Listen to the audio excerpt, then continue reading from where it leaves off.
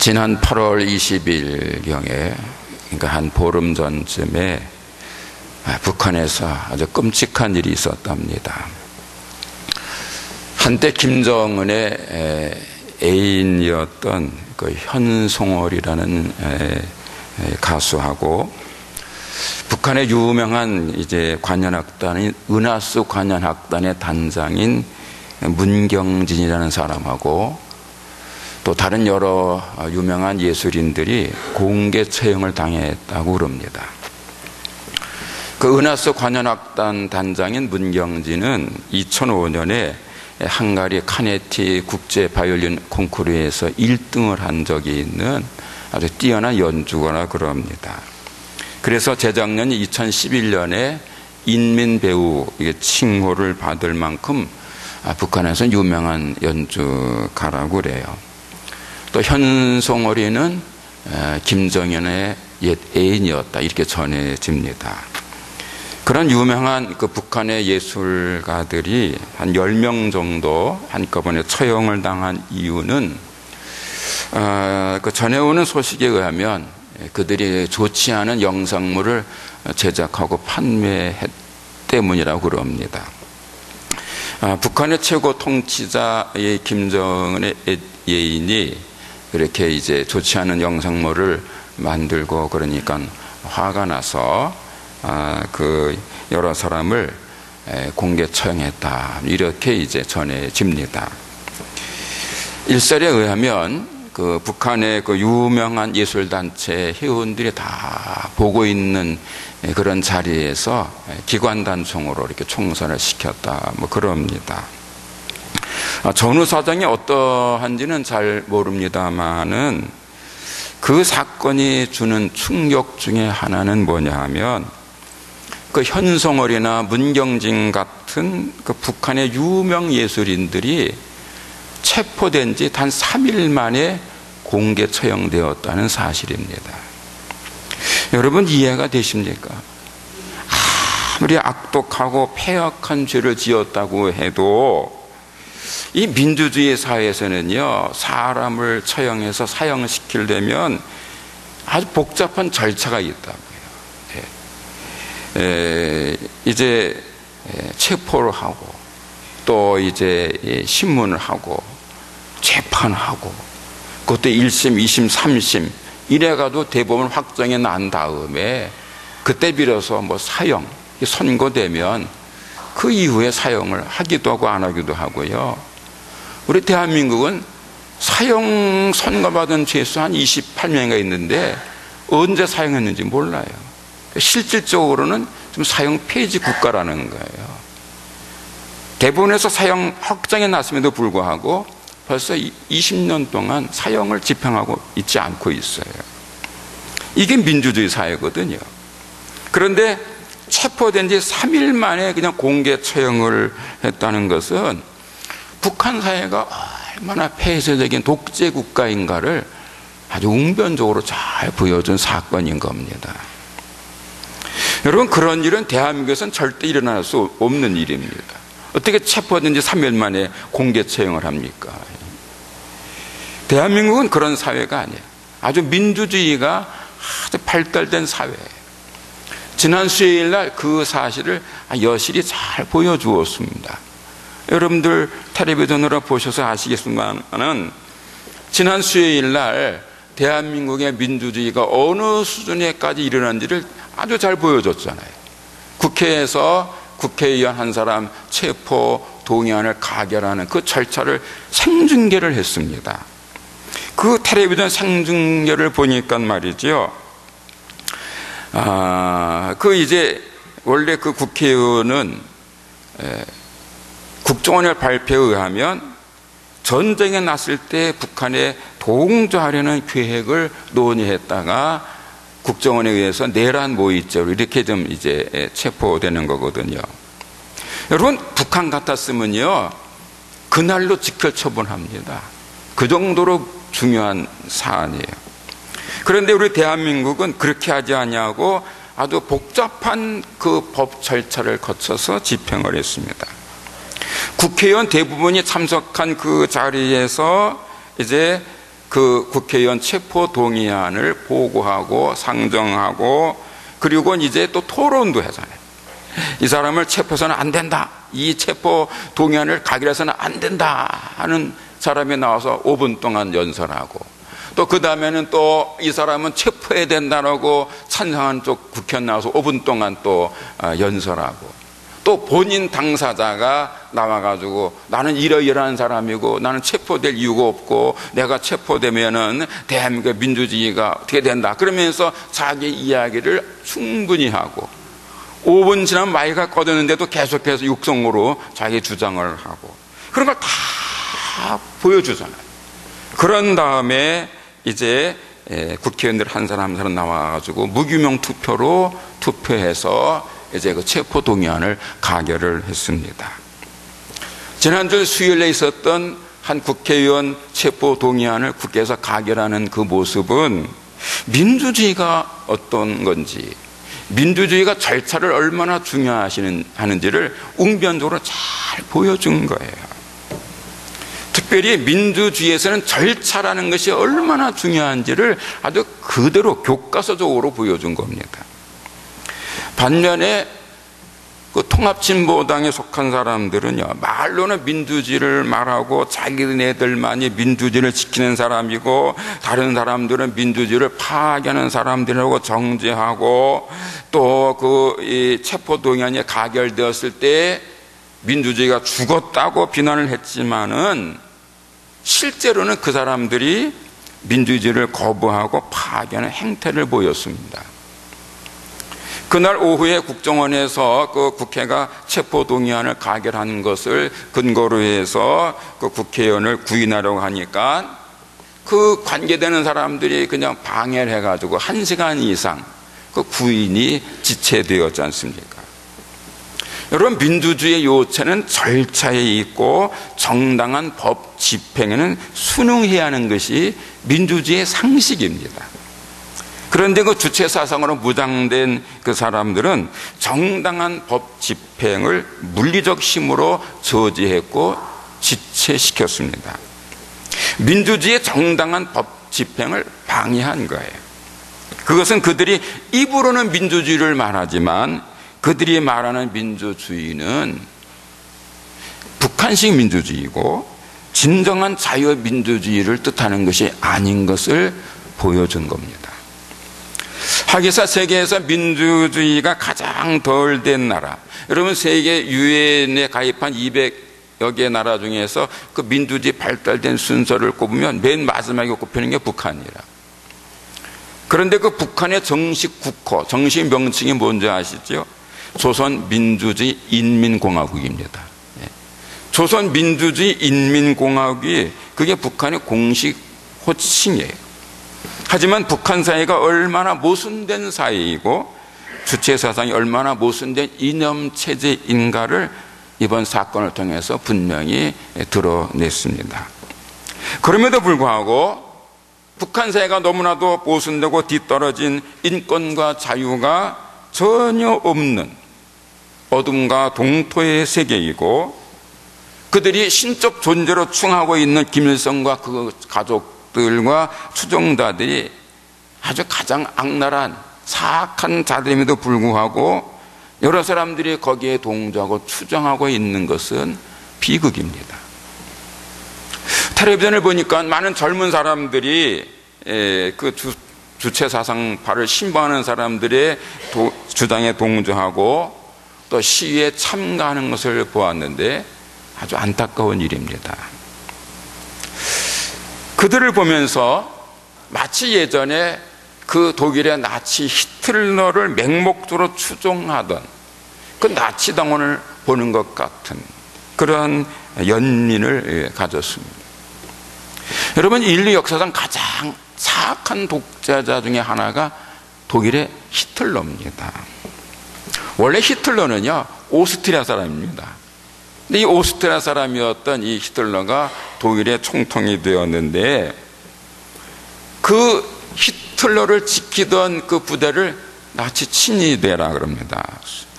스추스타펠, 독일어를 이렇게 발음하는데 이걸 줄여서 SS대원이라고도 그래요. 그런데 이 나치 친위대 대원들이 그 허리에 띠는 허리띠에 그 버클이 있거든요. 거기에 나의 명예는 충성, 이런 글이 새겨져 있다고 그럽니다. 그러니까 히틀러를 지키는 히틀러의 그 나치 친위대 SS 대원들은요, 히틀러에게 충성하는 것이 명예이고 삶이었다는 거예요. 나치 친위대 대원들이 히틀러에게 어느 정도 충성했는가 하면 그 친위대의 대장이었던 하인리 힘너라는 사람이 이렇게 말을 했다고 그럽니다. 우리는 이 친위대 대원들이 지구상에서 가장 잔혹한 악행을 범한다고 해도 용서한다. 하지만 단 하나, 절대로 용서할 수 없는 한 가지가 있는데 그것은 바로 히틀러 총통에게 불충하는 것이다. 어떤 악한 짓을 해도 다 용서할 수 있는데 히틀러에게 불충하는 것만큼은 용서할 수 없다는 거예요. 실제로 나치 친위대 대원들은요, 그 히틀러 명령에 절대 복종을 했고 히틀러를 위하는 일이라면 무슨 일이든지 했습니다. 그들은 히틀러에게 너무나도 훌륭한 충신들이었지만 인류 역사에는 너무나도 위험하고 나쁜 그러한 사람들이었던 겁니다. 충성이라는 말이 좋은 말이고 충성하는 사람을 충신이라고 하지만은 충성이 항상 좋은 것은 아닌 거예요. 여러분, 충성 그러면 그 의미가 참 좋은 거 느끼시지요? 충성하라 그러잖아요. 이 충성이라는 단어를 국어 대사전에서 이렇게 정의합니다. 진정한 마음에서 우러나는 정성. 그러니까 진실된 마음, 진정한 마음에서 우러나는 정성을 충성이라 그래요. 헬라어, 성경을 쓴 헬라어에서는 이 충성이라는 단어를 피스토스라는 말로 쓰는데 그 뜻은 뭐냐면 믿을 만함, 신뢰함, 믿음직하고 신뢰할 수 있음, 그런 뜻입니다. 성경적으로 충성은 아주 좋은 말이에요. 그런데 이 충성이라는 말을 영어로는 로열티라는 말도 쓰고 또는 페이스라는 말도 써요. 말하자면 충성은 기본적으로 믿음을 기초로 하고 있다는 거예요. 충성의 기본에는 믿음이 있어요. 믿음이 있기 때문에 충성하는 거예요. 그러니까 충성은 신뢰에 관한 것이고 믿음이 그 핵심이에요. 그래서 고린도전서 4장 2절에서 맡은 자들의 구할 것은 충성이라 이렇게 말씀하고 있고, 또 갈라디아서 5장 22절은 충성은 성령의 열매 중에 하나라고 말하고 있고, 요한계시서 2장 10절에서는 믿는 자들에게 죽도록 충성하라 이렇게 말씀하고 있습니다. 충성은 그리스도인이 마땅히 갖추어야 할 덕목 중에 하나고, 그리스도인이 아닐지라도 세상을 잘 살기 위해서는 반드시 가져야 할 것이라는 거예요. 그래서 최근에 나온 책 가운데 이 충성, 원래 이 원제는 충성, 로열티 그러는데 번역은 위험한 충성이라 이렇게 했습니다. 아주 최근에 나온 책인데, 이 충성이라는 책을 쓴 에릭 펠턴이라는 사람이 그 책에서 이런 말을 합니다. 충성은 우리 삶을 살만한 것으로 만드는 근본 중에서도 근본이다. 충성이 없으면 사랑도 존재할 수 없고 가족도 존재할 수 없고 친구도 존재할 수 없다. 충성이 없으면 공동체나 국가가 존재할 수 없다. 충성이 없으면 사회가 유지될 수 없다. 이 사람은 이 가족 간의 사랑도 충성이 있어야 한다는 거예요. 우정도 이것도 충성이 있어야 한다는 거예요. 어떤 회사도 사회도 잘 운영되려면 그 구성원 간에 서로 신뢰하고 의지하고 헌신하는 충성이 있어야 한다는 거예요. 그래서 충성이라는 단어를 가지고 온 사회에 돌아가는 것을 이제 정리한 겁니다. 에릭 펠턴이라는 사람이 쓴 그 충성이라는 책의 핵심은 이거예요. 사람 사는 세상에는 반드시 충성이 있어야 한다는 거예요.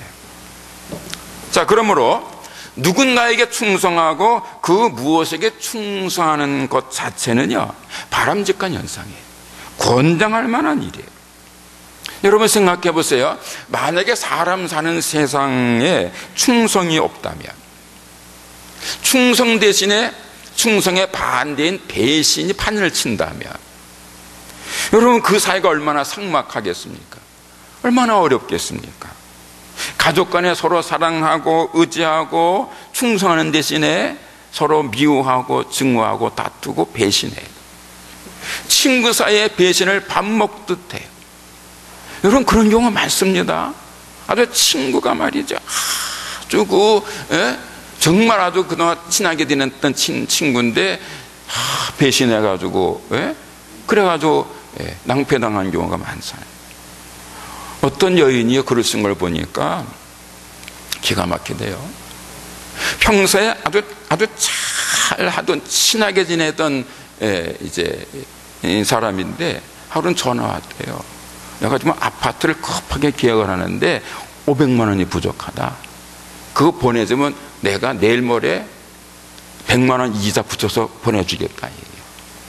그래서 뭐 늘 평상시에 아주 친하게 지내던 사람이니까 믿고 500만 원 보내줬다는 거예요.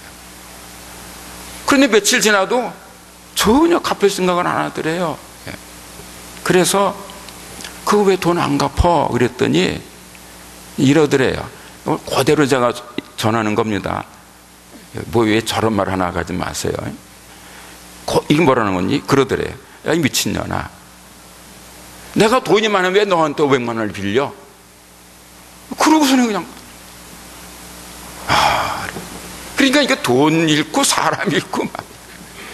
근데 여러분 그런 경우들이 비일비재합니다. 정말 믿었던 친구가 보증서 달라고 그랬다가 그냥 날아가서 집 날리는 경우 얼마나 많은지 몰라요. 여러 사람 들었어요. 정말 믿었던 사람이 하루아침에 배신을 해. 야, 별일들이 다 있잖아요. 세상에 어떤 부부는요 20년 이상 한 30년 가까이 잘 아주 행복하게 인고 부부로 살았대요. 그런데 아들을 결혼시키는 날인데 말이에요, 그 친구가 그 이제 부인 친구가 예식장에 와가지고 이렇게 이제 이제 있다 보니까 웬 모르는 여자가 오는데 그 친구 남편이 아주 반갑게 맞더래요. 그러면서 이제 오 그러는데 그 말이 너무 정감 있게 들리더래. 그 나중에 친구한테 야, 네 남편 좀 이상해, 수상해, 알아봐 그랬대. 그때 그 남편이, 그 친구가 펄쩍대더래. 우리 남편이 얼마나 모범적인 가정인데 그럴 수 아니라고. 절대로 그럴 일 없다. 다른 사람 다 해도 우리 남편만은 아니라고 그랬다는 거예요. 근데 나중에 알고 보니까 딴 살림 차리니까 20년이 넘었다는 거예요.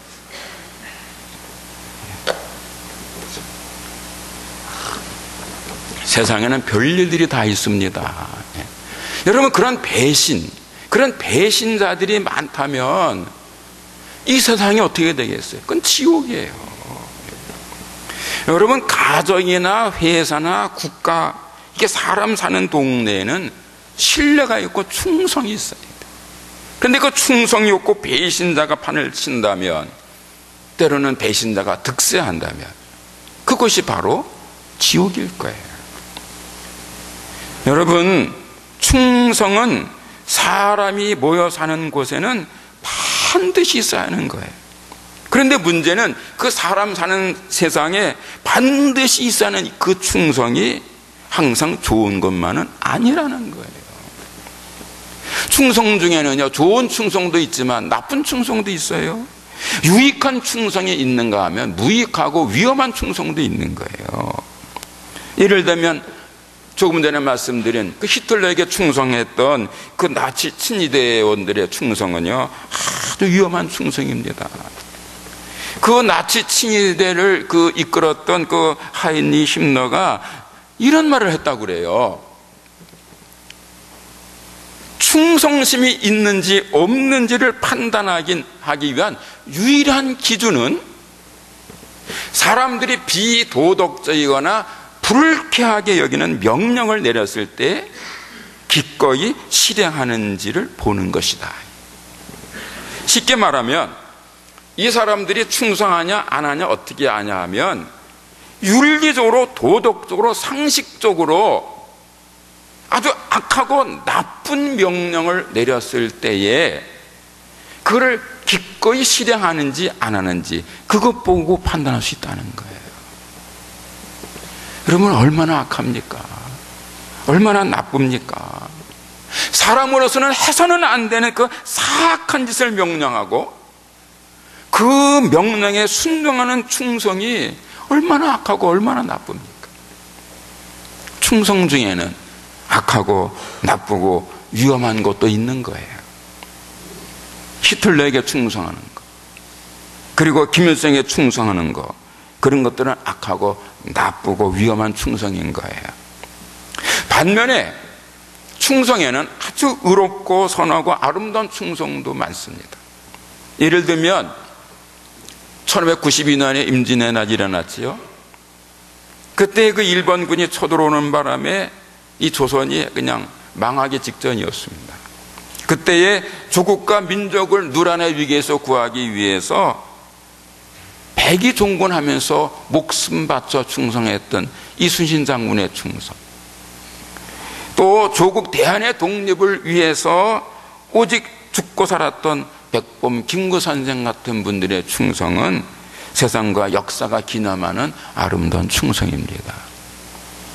성경적으로는 스데반이나 바울 같은 사람들이 대표적으로 선하고 의롭고 아름다웠던 충성자들입니다. 여러 번 말씀드린 것처럼 스데반은요, 돌에 맞아 죽어가면서도 주님이신 예수께 영광을 돌림으로 목숨을 바친 순교적 충성을 한 사람입니다.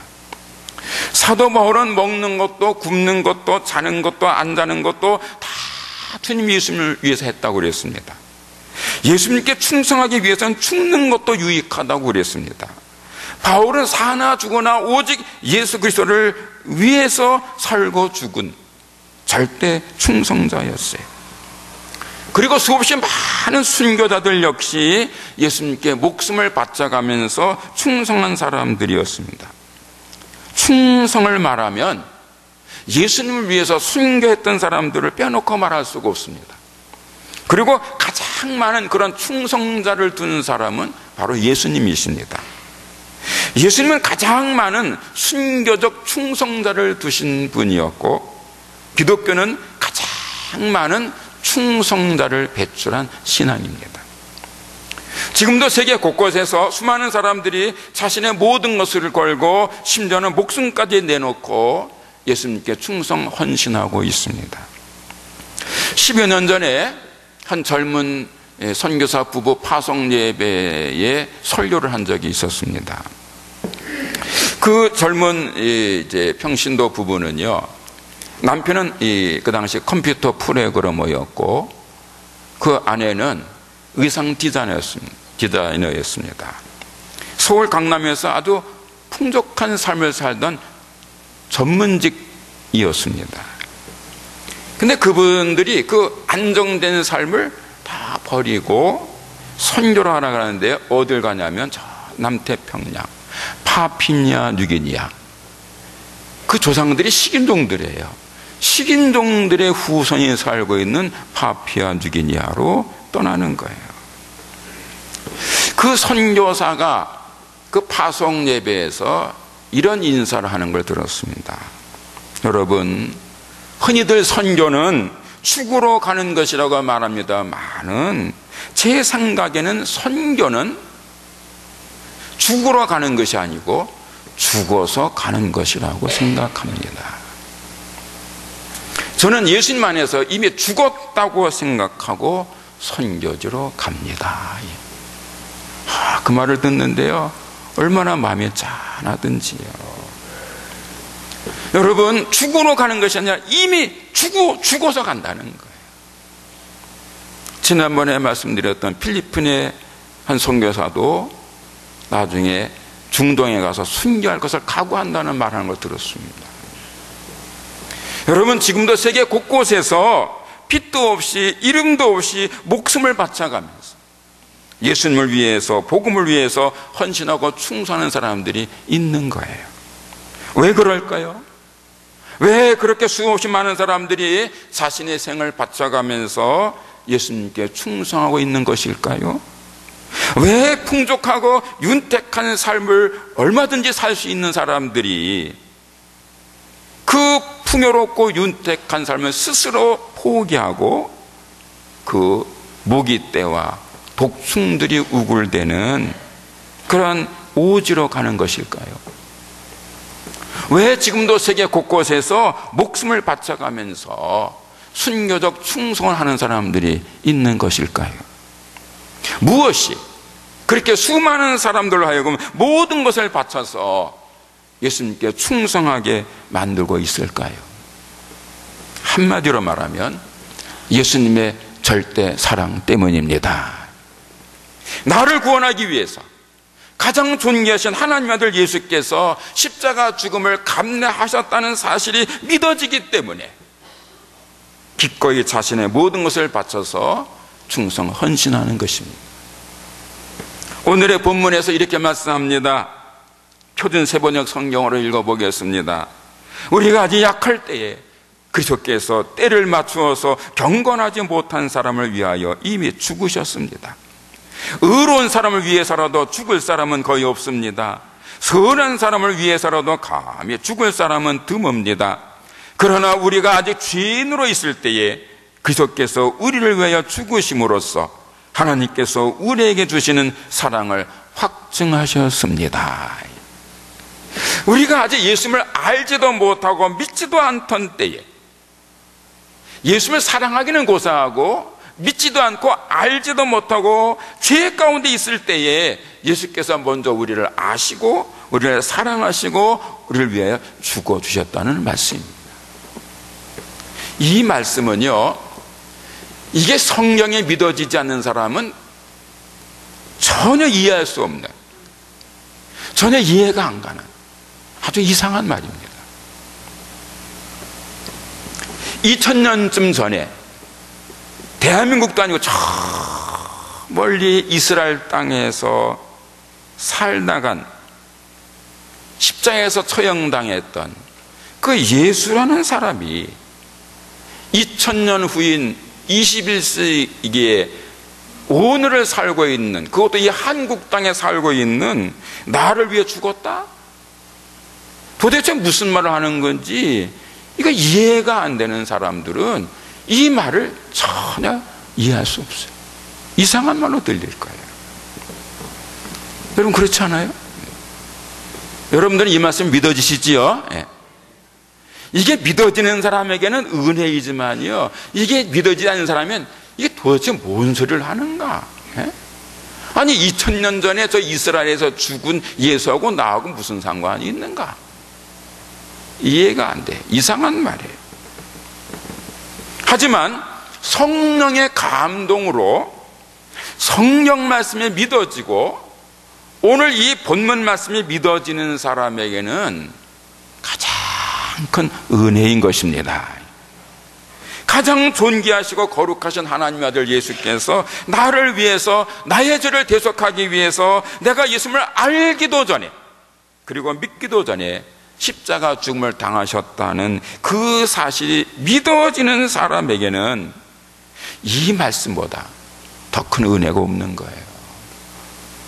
여러분 그렇지 않습니까? 내가 예수님을 알기도 전에, 내가 예수님을 믿기도 전에 예수께서 먼저 나를 아시고 나를 사랑하셔서 나의 죄를 대신하기 위해서 십자가에 못 박혀 돌아가셨다는 사실은 죄인된 인간이 세상에서 받을 수 있는 가장 큰 은혜인 것입니다. 예수님의 십자가 사랑은요, 가장 큰 사랑입니다. 예수님의 십자가 은혜는 세상에서 가장 큰 은혜입니다. 예수님의 십자가 죽음은 하나님의 절대 사랑을 분명하게 보여주는 사랑의 확증입니다. 오늘 본문 8절에서 그리스도께서 우리를 위하여 죽으심으로 하나님께서 우리에 대한 자기의 사랑을 확증하셨다고 걸 말씀하고 있는데, 예수님의 십자가는 바로 하나님의 절대 사랑을 가장 확실하게 보여주는 증거인 것입니다.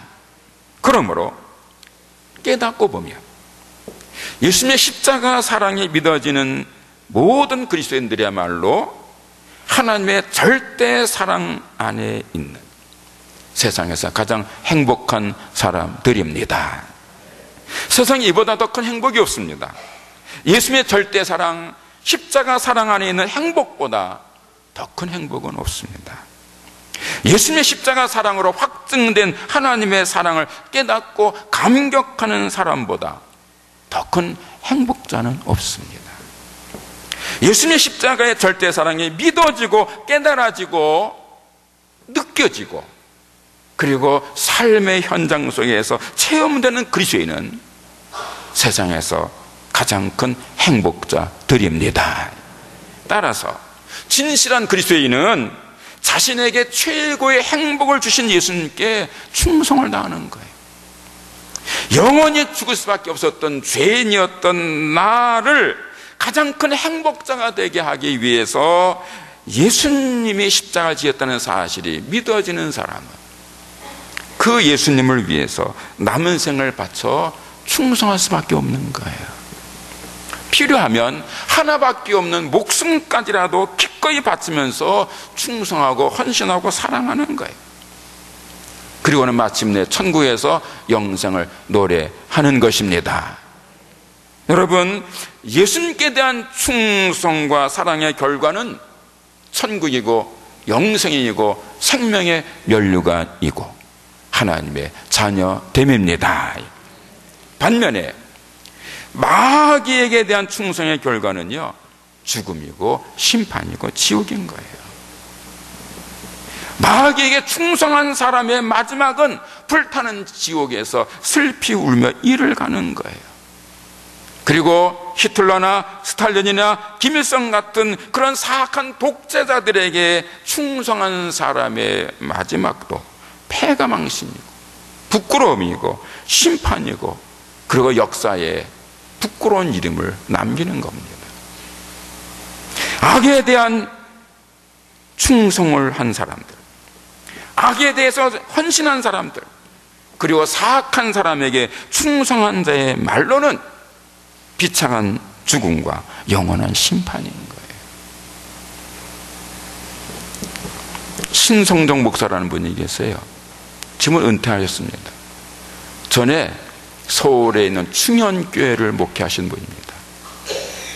대한예수교 장로의 합동측, 우리 교단은 통합측입니다.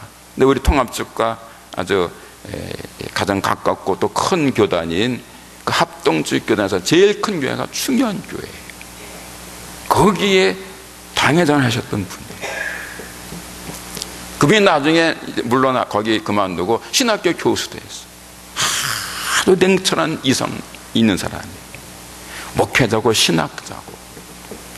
그런데 이분이요, 나중에 기도하면서 환상 중에 천국과 지옥을 다 보는데 그 지옥에 누가 있냐? 거기에 스탈린, 김일성, 모택동 다 있더라는 거예요. 여러분, 그렇게 사악한 사람, 그렇게 수없이 많은 사람들을 죽이고 자기들만 호의호식한 사람이 지옥 가는 건 마땅하지 않겠어요? 사악한 자들의 마지막은 지옥이에요. 그리고 그 사악한 자들을 추종한 사람들의 마지막도 지옥이에요. 반면에 여러분들과 저는요, 만세전부터 이미 하나님의 사랑을 받기로 결정되어 있습니다. 그래서 행복한 거예요. 여러분들이 오늘 예수 믿는 거 그냥 되는 게 아니에요. 만세전 하나님이 예정하신 거예요. 창세전에 이미 결정하신 거예요. 그래서 은혜인 겁니다. 여러분, 하나님의 사랑, 하나님의 은혜는 만세전에 결정이 되어 있어요. 그래서 오늘 예수 믿는 사람들이 행복하다는 것입니다. 여러분, 2000년쯤 전에 예수님께서 먼저 십자가의 절대 사랑을 보여주셨던 그 사실이 믿어지는 사람이 가장 복 있는 사람들인 것입니다. 여러분들과 제게 어떤 잘난 점이 있어서 그런 게 아니에요. 훌륭한 그 무엇이 있어서가 아니에요. 무조건적인 사랑이에요. 여러분, 오늘 말씀에 우리가 아직 연약할 때, 아직 죄인 되었을 때라는 말이 무슨 말이에요? 우리의 훌륭한 점, 잘난 점이 있어서가 아니고 여전히 죄 가운데 있는 부족한 사람이지만 하나님의 무조건적인 절대 사랑이 우리를 구원했다는 것입니다. 그래서 더욱 감사하고 더욱 행복한 거예요. 여러분, 예수님의 십자가는 우리에게 보여주시는 하나님의 사랑의 확실한 증거입니다. 그리고 그것이 저와 여러분들이 주님께 충성하고 주님을 사랑해야 하는 이유입니다. 기도하겠습니다. 하나님 아버지, 예수님의 십자가 사랑은 하나님의 절대 사랑의 확실한 증거인 줄을 믿습니다. 우리가 아직 예수님을 알기도 전에, 믿기도 전에, 사랑하기도 전에 여전히 죄 가운데 있을 때 우리 주님께서 십자가의 죽음을 죽으심으로 하나님의 절대 사랑을 보여주심을 믿습니다. 그러므로 저희들도 그 주님을 사랑해야 하고 충성하되 순교적 충성자가 되어야 할 줄로 믿습니다.